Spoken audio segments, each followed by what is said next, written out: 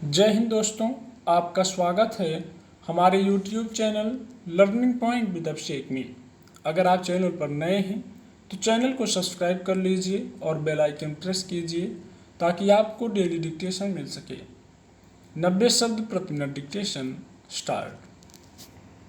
मोदी सरकार के कैबिनेट विस्तार से एक दिन पहले नए सहकारिता मंत्रालय के गठन की घोषणा की गई।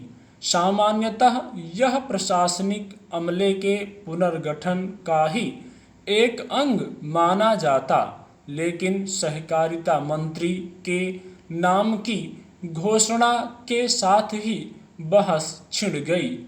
कुछ शख्सियतें ऐसी होती हैं जिनका नाम जुड़ने मात्र से छोटे से कार्य का महत्व बढ़ जाता है।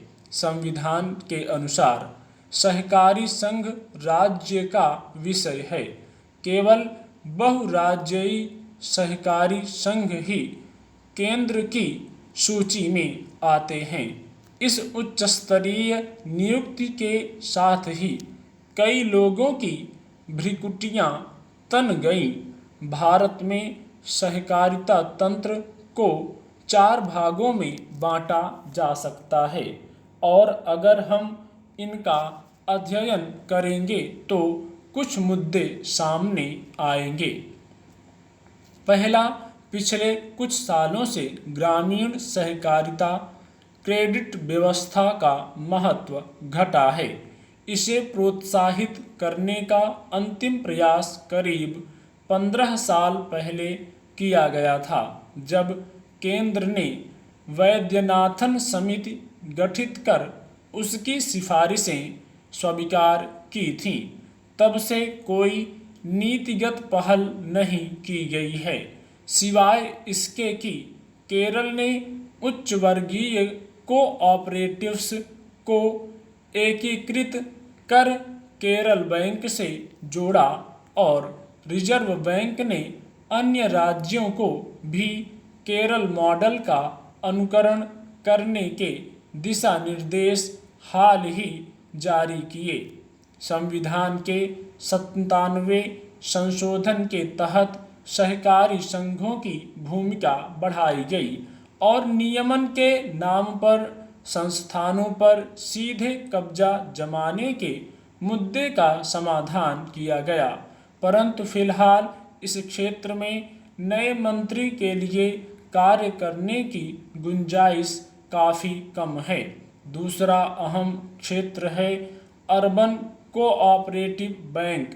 बैंकिंग नियमन अधिनियम में हाल ही किए गए संशोधन और नियमन संदर्भ में बढ़ाई गई आरबीआई की भूमिका के चलते केंद्र सरकार प्रत्यक्षतः काफ़ी कम काम कर पाएगी।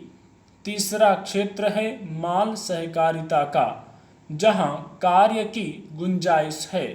इसका कृषि से गहरा ताल्लुक है। ऐसे सहकारी संघों की सूची बनाई जा सकती है जो कोको, सुपारी, तिलहन, हैंडलूम व कृषि उत्पादों के क्षेत्र में कार्य कर रहे हों।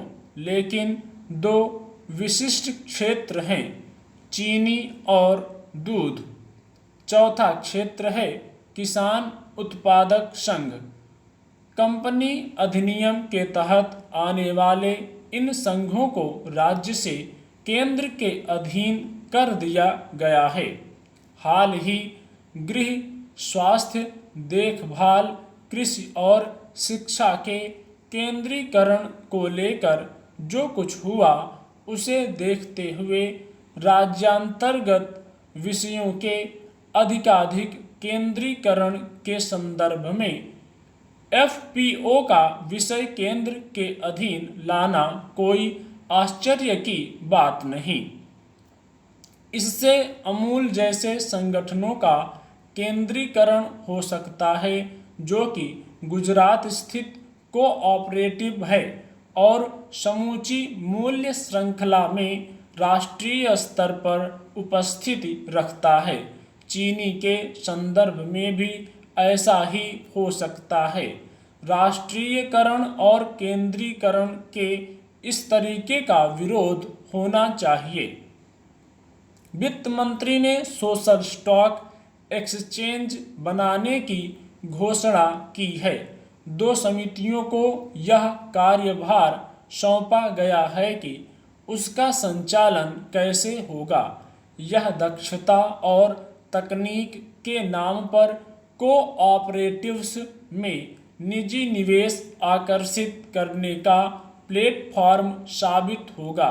यह काफी कुछ वैसा ही है जैसे कृषि क्षेत्र को निजी बाजार की ओर धकेला जा रहा है। ऐसा नहीं है कि निजी निवेश बुरा है, लेकिन पिछले दरवाजे से अधिग्रहण के रास्ते खोल कोऑपरेटिव्स को कमजोर करने और खत्म करने का खेल नहीं खेला जाए, यह भी देखा जाना चाहिए। विफल होते बाजार में कोऑपरेटिव्स ने सदा ही मोल भाव का मौका दिया है।